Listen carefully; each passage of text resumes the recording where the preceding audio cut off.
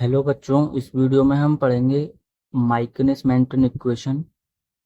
तो AKTU exam perspective से काफ़ी इंपॉर्टेंट क्वेश्चन बन सकता है इस इक्वेशन से। तो चलिए शुरू करते हैं।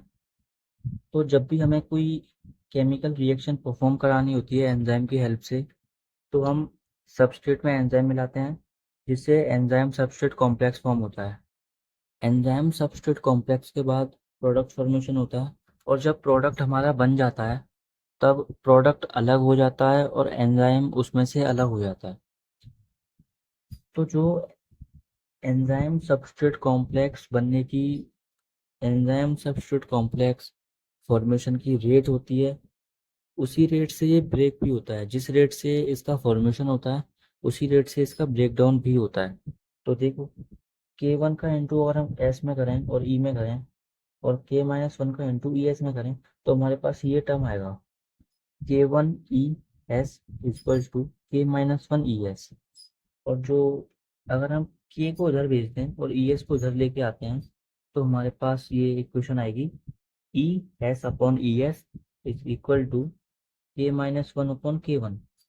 K-1 अपॉन K1 की वैल्यू होती है KS। तो यहाँ से हमारे पास एक इक्वेशन आ गई, पहली equation KS is equal to ES upon ES।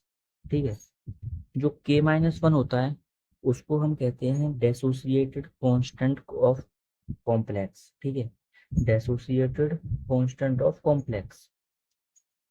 अब हमें निकालना है टोटल एंजाइम के, जो हमारा प्रोसेस था उसमें टोटल एंजाइम कितना खर्च हुआ। टोटल एंजाइम निकालने के लिए E naught equals to E plus E S.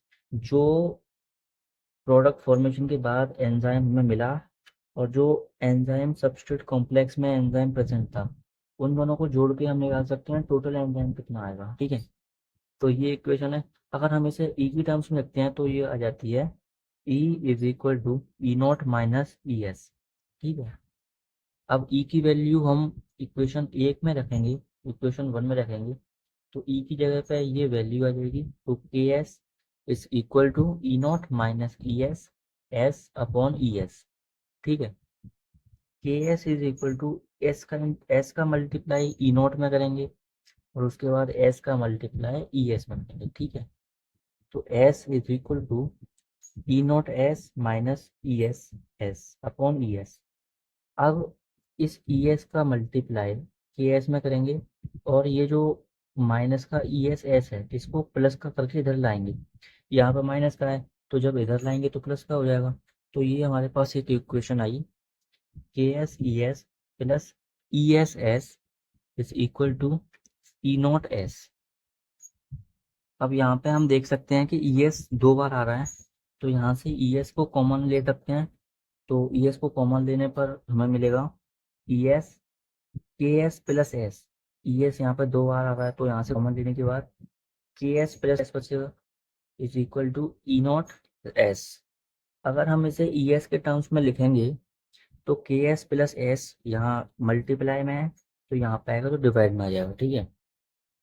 तो देखो, E S is equal to E naught S upon K S plus S. इसको हम कह देंगे इक्वेशन टू। और इसके बाद देखिए, velocity of reaction, velocity of reaction from enzyme substrate complex to product, यानी कि एंजाइम सबस्ट्रेट कॉम्प्लेक्स के बाद प्रोडक्ट फॉर्मेशन की वेलोसिटी क्या होगी। तो मैंने आपको बताया था कि उसका रेट कांस्टेंट होगा K2, और velocity V naught equals to K2 ES। ये एक इक्वेशन है, ये आपको याद रखनी होगी। V naught equals to K2 ES। ES की वैल्यू हम पहले निकाल चुके हैं। देखो, ES की वैल्यू उस इक्वेशन में अगर हम रखेंगे तो हमें इक्वेशन मिलेगी V naught is equal to K2 ES, V naught is equal to K2 E naught S upon KS ES। ये इक्वेशन हमारी हो जाएगी इक्वेशन थ्री। अब हम निकालते हैं maximum rate of reaction. Maximum rate of reaction मतलब कि मैक्सिमम की, यानी कि रिएक्शन की वो रेट जो मैक्सिमम है। ठीक है। तो इसका फॉर्मूला होता है V max is equal to K2 E naught. अब put the value of equation four in equation three. इस इक्वेशन को हम इक्वेशन फोर मान लेते हैं। K2 E नॉट की वैल्यू वी मैक्स है, तो K2 ई नॉट की जगह पर हम वी मैक्स रख देंगे। V naught is equal to V max S upon E S plus S. ठीक है, यहाँ तक हमारा आधा पार्ट कंप्लीट हो जाता है इस इक्वेशन का। उसके बाद हमें ये इक्वेशन थोड़ी मॉडिफाई करनी है। आगे की इक्वेशन बिल्कुल सिमिलर है जैसे हमने ये वाली की है, तो चलिए उसे भी करते हैं, वो आपको इससे अच्छी तरह से समझ में आएगी। तो नाउ मॉडिफाई दिस इक्वेशन। तो यहाँ शुरुआत वहीं से करनी पड़ेगी। ई एस प्लस एस से बनेगा एंजाइम सब्सट्रेट कॉम्प्लेक्स, और उससे बनेगा एंजाइम प्लस प्रोडक्ट। ठीक है, यहाँ जो रेट ऑफ फॉर्मेशन कांस्टेंट है वो है K2। ठीक है, तो वही करना है। K1 E S is equal to K-1 E S.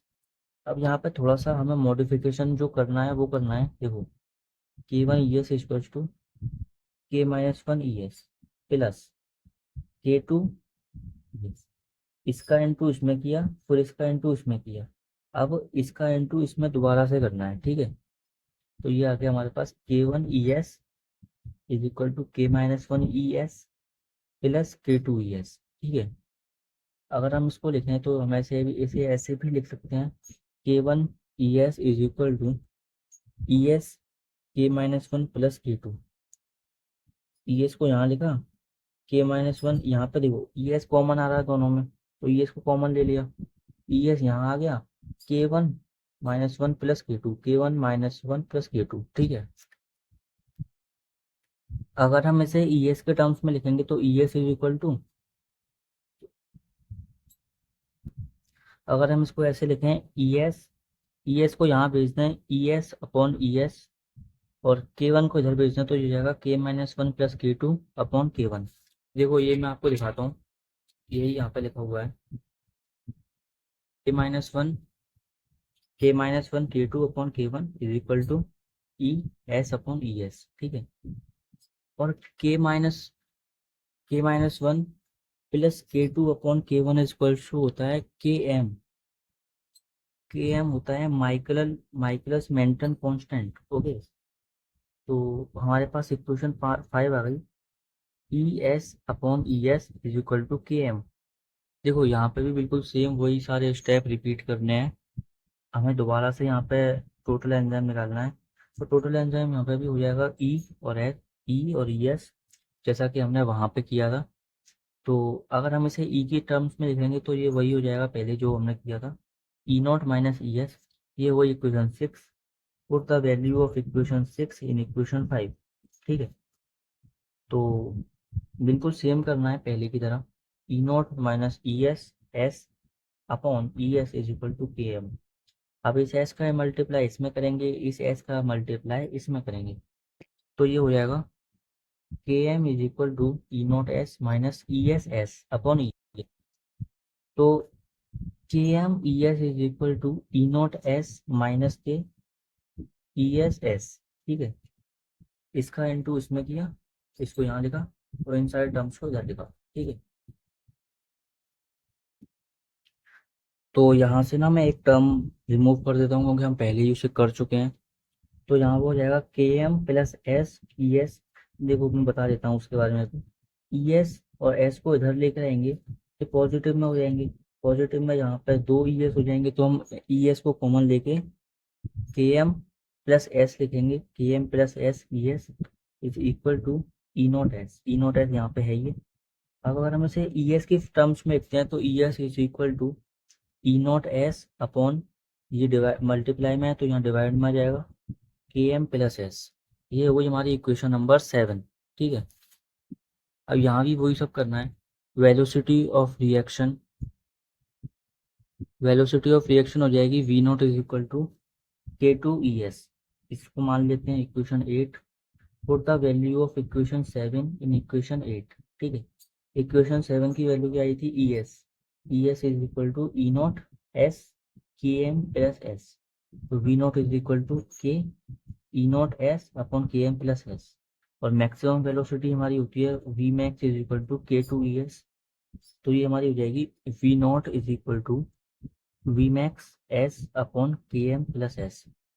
और यहाँ पे हमारी इक्वेशन खत्म हो जाती है। यही यही माइकलिस मेंटन इक्वेशन है। Thank you guys.